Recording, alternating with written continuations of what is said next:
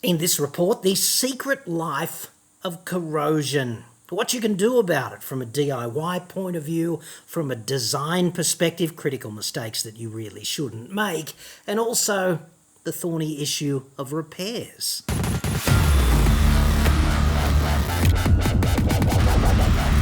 I'm John Cadogan from AutoExpert.com.au, and I don't rust, but I get new cars cheap. Australia only. Website. Card. Now, if all corrosion ever did was consume caravans and return them to their raw material state of being, bauxite and iron oxide, I think we'd all be sitting here going, that's zero porter hovels out there gumming up the friggin' highway. I'm all for it.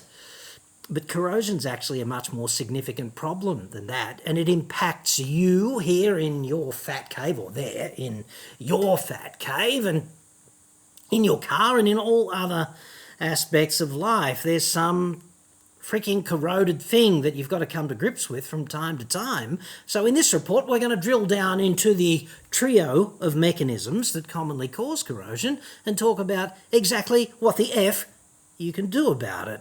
This report is sponsored by NordVPN. Now, I'm not a hardcore IT guy, but I've heard enough, especially recently, about data breaches, scams and hacks to know that being online can be inherently risky and costly. You don't have to be tech savvy to use NordVPN. It's a simple one-stop cybersecurity solution. One click and you are protected from hackers, malware and pop-ups across as many as 6 devices. NordVPN is the world's fastest VPN. I don't even notice it running in the background, frankly, and it only costs about as much as a cup of coffee to keep your data, your identity and your devices secure every month. NordVPN can also save you money because you can assign your virtual location to another country where, for example, flights and accommodation might be cheaper than they are back at home. The same goes for streaming services, and you can access live sporting events and other content that may not be available where you actually live. It's a pretty small price to pay for cybersecurity. Not to mention the potential savings also on the table. Go to nordvpn.com/AEJC to get a huge discount off your plan plus 4 months free. Totally risk-free with Nord's 30-day money-back guarantee. That's nordvpn.com/AEJC. Link in the description. And thanks to Nord for sponsoring this episode. This episode is inspired entirely by you. And by you, I mean someone like you, except they own a caravan.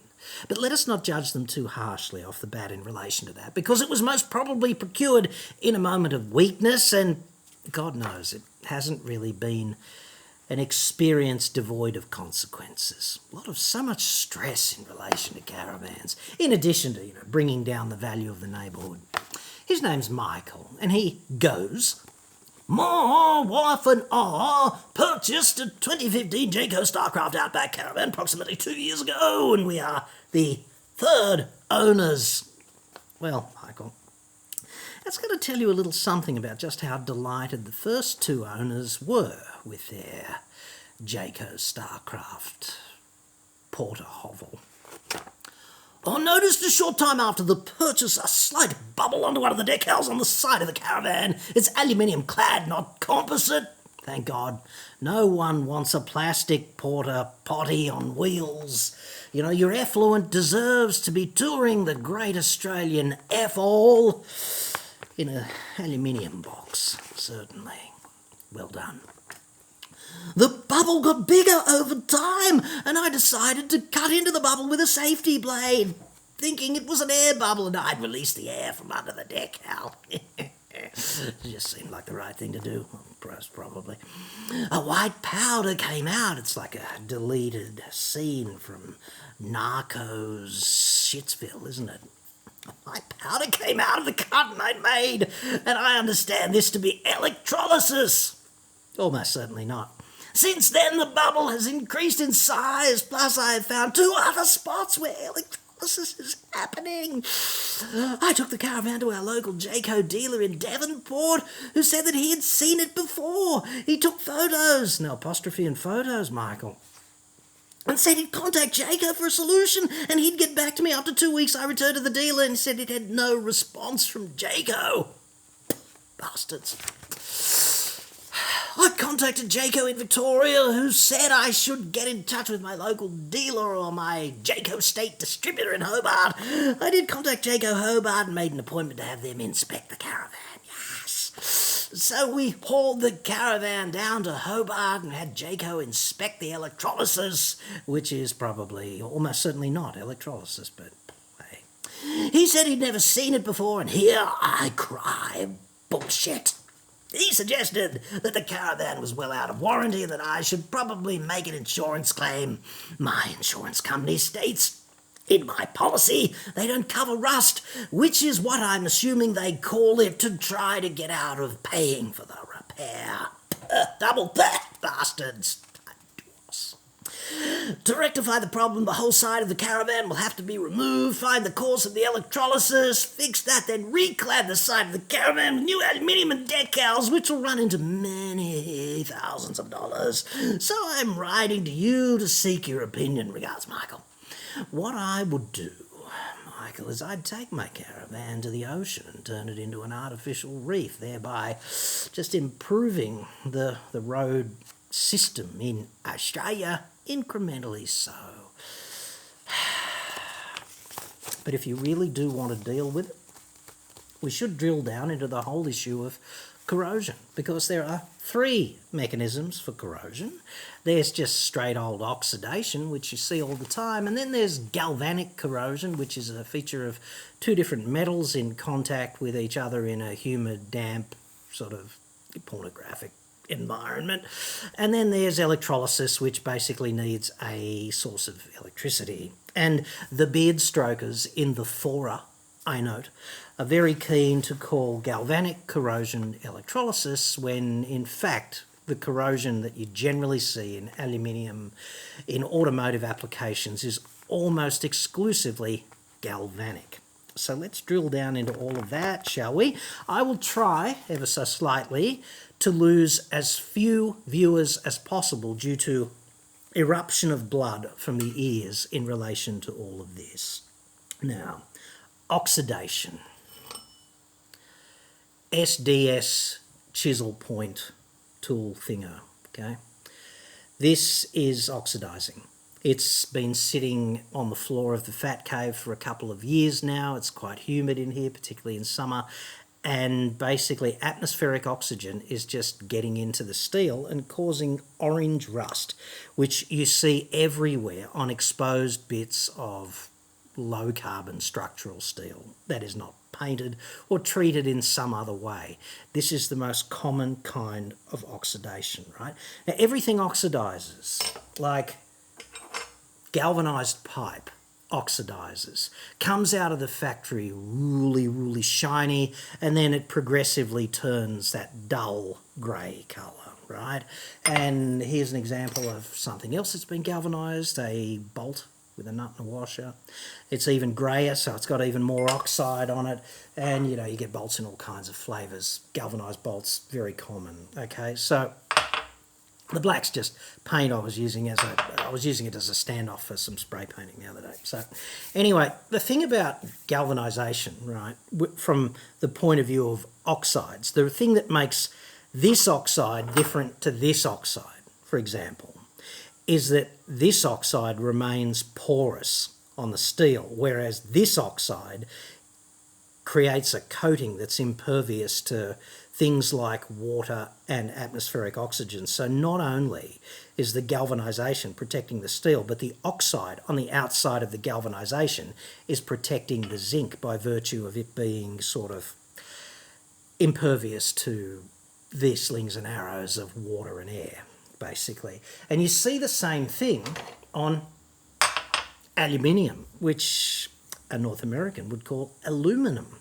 There's a really thin layer of oxide forms on aluminium and turns it a grey colour, and basically that just is impervious to more air and water, and it stops the aluminium corroding very much more. And this is probably a few thousand atoms thick, meaning very thin in the context of millimetres and thousandths of an inch and microns and things of that nature. It's a really thin coating, but it prevents air and water from getting to the underlying metal. So when aluminium things start to fall apart, it's almost certainly not just oxidation, because that's not a failure mechanism for aluminium in the domain of corrosion, right? If aluminium starts to fall apart, it's almost certainly the second kind of corrosion, which is galvanic corrosion. And you need to be a proper brainiac to understand, or at least a beer garden brainiac to understand galvanic corrosion. Because there's an activity series for metals. The most common highly active metal that is kind of safe to handle is magnesium. And I wouldn't be doing too much with magnesium in the public domain for corrosion protection, putting it on steel and things like that, because it's flammable. Magnesium is the stuff when you get the kiddies, some sparklers, when we used to have cracker night and they gave us sparklers and things like that, then it's actually little flakes of magnesium that do the sparkling, okay? So magnesium, highly flammable, not so much when you alloy it with aluminium in wheels, doesn't burn so much then. But there's even more active metals. There's sodium, which explodes essentially if you put it in water, and then there's francium, which you wouldn't really want to touch anytime soon. So the most common active metal used for its galvanic properties is zinc, because zinc is highly active but safe, okay? Yay. And that's why you see it protecting the steel in pipes. And you got to say to yourself, well, why does the zinc protect the steel? Because you've got zinc, aluminium, steel, and then copper and bronze and all the copper type alloys, right? In terms of really active to not that active, which is of course why copper is good for water pipes, because it's not very active, okay? The copper's really good for a whole bunch of things. It oxidizes not unlike aluminium too. This is a 20-year-old copper sledgehammer. Now, it's a pretty esoteric hammer. It's the kind of thing you would see a fitter use in industry in an oil refinery because it doesn't spark. But basically, this hammer is an artifact of my past and I don't use it very often. It just sits on the floor and it's been like this for years and it doesn't corrode away. It just basically tarnishes on the outside and it kind of stays that way. It will be hundreds of years until this is consumed by corrosion. Not so much hundreds of years for something like raw steel, okay? So there's that to consider. The other thing about steel, incidentally, if you want to know about rust, is that hardened steel, the kind of thing you would see in this V-block, for example, which is also polished, is much more resistant to rusting than low-carbon steel that's just hot-rolled mild steel like this round bar sitting on top and clamped into the V-block, right? So there's the surface finish and the hardness of steel really affects its corrosion performance as well. Harder, polished surfaces do much better than unpolished, low-carbon, unhardenable steels, okay? So back to galvanism and galvanic corrosion. When you put an active metal in close contact with a less active metal like steel, so this is zinc on the outside of a steel bolt. And what happens here, apart from the zinc being not unlike paint in that it coats the surface and prevents oxygen and water from getting to the steel, there's also an electrochemical reaction that is not electrolysis between the zinc and the steel. And effectively what happens is the zinc sacrifices itself to protect the steel because the zinc is more active than the steel. And the same thing would happen if you coated steel with aluminium or zinc and aluminium on top of steel, which is why every second metal roof in the country is coated with zinc aluminum, right? It's the zinc and the aluminium on top of steel. Steel provides the structural performance. The zinc and the aluminium provide the corrosion resistance to the steel by sacrificing themselves over time so that the steel may live. And this is why you can get a really thin sheet of steel that's durable for 3 or 4 decades in a corrosive, harsh exterior environment, right? It's also painted, which obviously helps.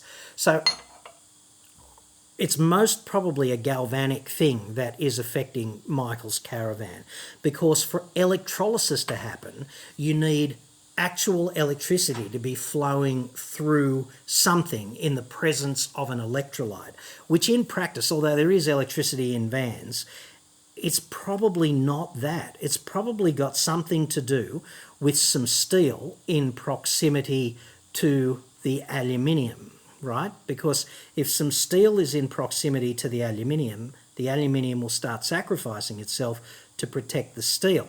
And interestingly enough, you see galvanic reactions everywhere. Like this is a welding table. Basically, I use it for fit up and I can weld bits to it and break them off and grind it flat again. And when it gets covered in BBs, I can grind it off. But it's just structural grade mild steel, right? It's a few 250 channels stacked up, okay?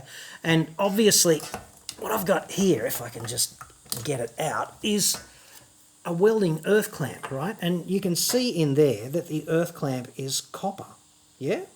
And what happens is, because copper is not very active at all, and if I leave this clamp clamped onto the table over there for 5 or 6 weeks or something, the table will inevitably start to flash rust. And where it flash rusts the most is near the copper, because the steel is more active than the copper, and therefore the steel starts sacrificing itself to protect the copper. And that's why the flash rusting on the table is at its most severe right near the clamp, because of this galvanic reaction. So if you notice some specific localized rust in your Caravan or your boat or anything else that is just made of aluminium, then you should look for the presence of a less active metal in proximity, which would most probably be steel. And while we're talking about this galvanic reaction, here's how this can bite you on the arse in unexpected ways, okay? Let's say you're in your fat cave and you've got a couple of bits of sheet steel and you want to make something, and you decide to pop rivet it together, and because you're a cheap ass like me, you don't want to go and buy anything new, you just want to dodgy it up from the stuff that you've accumulated around you, okay, which is fair enough. And you'd see some aluminium pop rivets, right? So that's the last thing you should think is a good idea, because if you put a small amount of active metal like aluminium together with a large amount of relatively less active metal like sheet steel, then the aluminium is going to sacrifice itself, okay? And that means your rivets are going to fall apart quickly just by virtue of their close contact with steel and the galvanic reaction between them, and your design is going to fall apart and fail to be anything like as durable as you had hoped. Here's another couple of ways that galvanic corrosion really does impact on you in your fat cave. Like if you're pulling something apart, that like a piece of yard equipment, let's say you've got the engine for a lawnmower or brush cutter, chainsaw, whatever, and let's say it's got a cast iron bore and an aluminium head, like a cast aluminium head. The cast aluminium head is going to be held onto the bore by steel bolts, and therefore that cast aluminium is going to be in close contact with a fair bit of steel, which over 20 years means that the more active metal, the aluminium, is going to sacrifice itself, which is why it's really common to break the cast aluminium components on engines that have been in service for decades, because the aluminium has been progressively sacrificing itself while it's been in contact with the steel. And the other thing you'll notice is not all that much corrosion of the steel. Okay, you might notice a bit of corrosion on the exhaust because it gets ridiculously hot, and that increases the excitation of the metal that's in contact with oxygen in the atmosphere and makes this kind of corrosion go through the roof. But for everything else, just the actual block itself or a cylinder sleeve and things of that nature, when you've got an aluminium head, by definition, the aluminium is going to protect the steel, okay? And the bolts holding the head to the block are going to be in close contact. So if you are going to design something, let's say, that's going to have aluminium and steel components, you really do have to try to keep them apart. That has to be part of the underlying intrinsic design brief. Otherwise, you're going to get this white powdery type corrosion in the aluminium that Michael has experienced in his Caravan. But just to round off Michael's problem, okay? 7-year-old chitois, and it's got 3 little holes in it flowing from some kind of most probably galvanic corrosion. What do? I'd suggest that what you do is you just deal with it by superficial. It's a superficial problem, so you give it a superficial solution. You get a little cup wire brush on an electric drill and you polish it out, and then you get a bit of Bondo and you slap it over that. And if you need something to support it from behind, you just get another little bit of aluminium sheet metal, just cut it out of a drink can and epoxy it to the back as a support, Bondo over the top, sand it flat, give it a spray treatment, Bob's your mother's brother, because the cladding is not structural and these holes sound pretty small. So instead of spending thousands of dollars and cursing your insurance company to the end of time, then just give it a superficial repair, because it's taken 7 years to get to this point, right? It might take another 3 or 4 years for another 3 or 4 holes to materialise, and just deal with it exactly the same way and just say, we live in a universe that's subject to the second law of thermodynamics, and therefore nothing lasts forever, and I'm going to just deal with these little shitty incremental problems along the way rather than making it bigger than Ben-Hur. I see a lot of the beard-stroking, chitois-owning fraternity obsessing about minutiae like this, when in my view, what they should be doing instead is just doing what I do, which is, when confronted with problems of this nature, I just think about boobies. Because you can be just as obsessed and it's more pleasant, right? It's going to take you 15 minutes with the Bondo to deal with this, and then it will all go away for a few years, and when it comes back, as it inevitably will, you just deal with it again. But I would further suggest that I get the impression that the caravan industry in Australia is the wild, wild west of bad practices and even worse support. And it would not surprise me at all if in an infinity of design and construction corners were being cut, opening the door to these galvanic reactions in those chitois up and down the highway, because it costs money to get the insulating tape in between the two dissimilar metals, and you really do need to engage in a higher calibre of training for the people who are putting these vans together if you want to stamp out galvanic corrosion, because it's kind of a big deal. But this has been sitting on the wall ever since I stopped rock climbing about, 20 years ago or something, and here's how much it's oxidised just by virtue of being in contact with the atmosphere. The oxidation factor is bugger all, okay? So to make aluminium rot away, you really do need to open the door to galvanic action. And if you do that, then you've really got to deal with it in some way. If it's only superficial, you just say, hey, slings and arrows, whatever. But you will find, if you pull apart yard machinery and things of that nature, that the older it is, the longer it's been in service, the harsher the environment, the more water it's been exposed to. When you unbolt these things, it's really likely that the cast aluminium is going to start behaving as if it's made of really crumbly cheese and just fail as you start to disassemble it. And there's not a great deal you can do about that, because even though its shape hasn't changed, the actual amount of aluminium in there is much, much less, and it literally is a shadow of its former self. As to the issue of electrolysis, I think the likelihood of electrolysis type failures in vans in particular is very low, and even in boats is very low. So I'd really be wanting to cross off the dissimilar metals thing first, because electrolysis needs it needs a grand alignment of the planets. You need the source of electricity, you need the electrolyte, you need the current to be flowing, and frankly, it's just unlikely for that to be happening on the outside of a Caravan off the bat.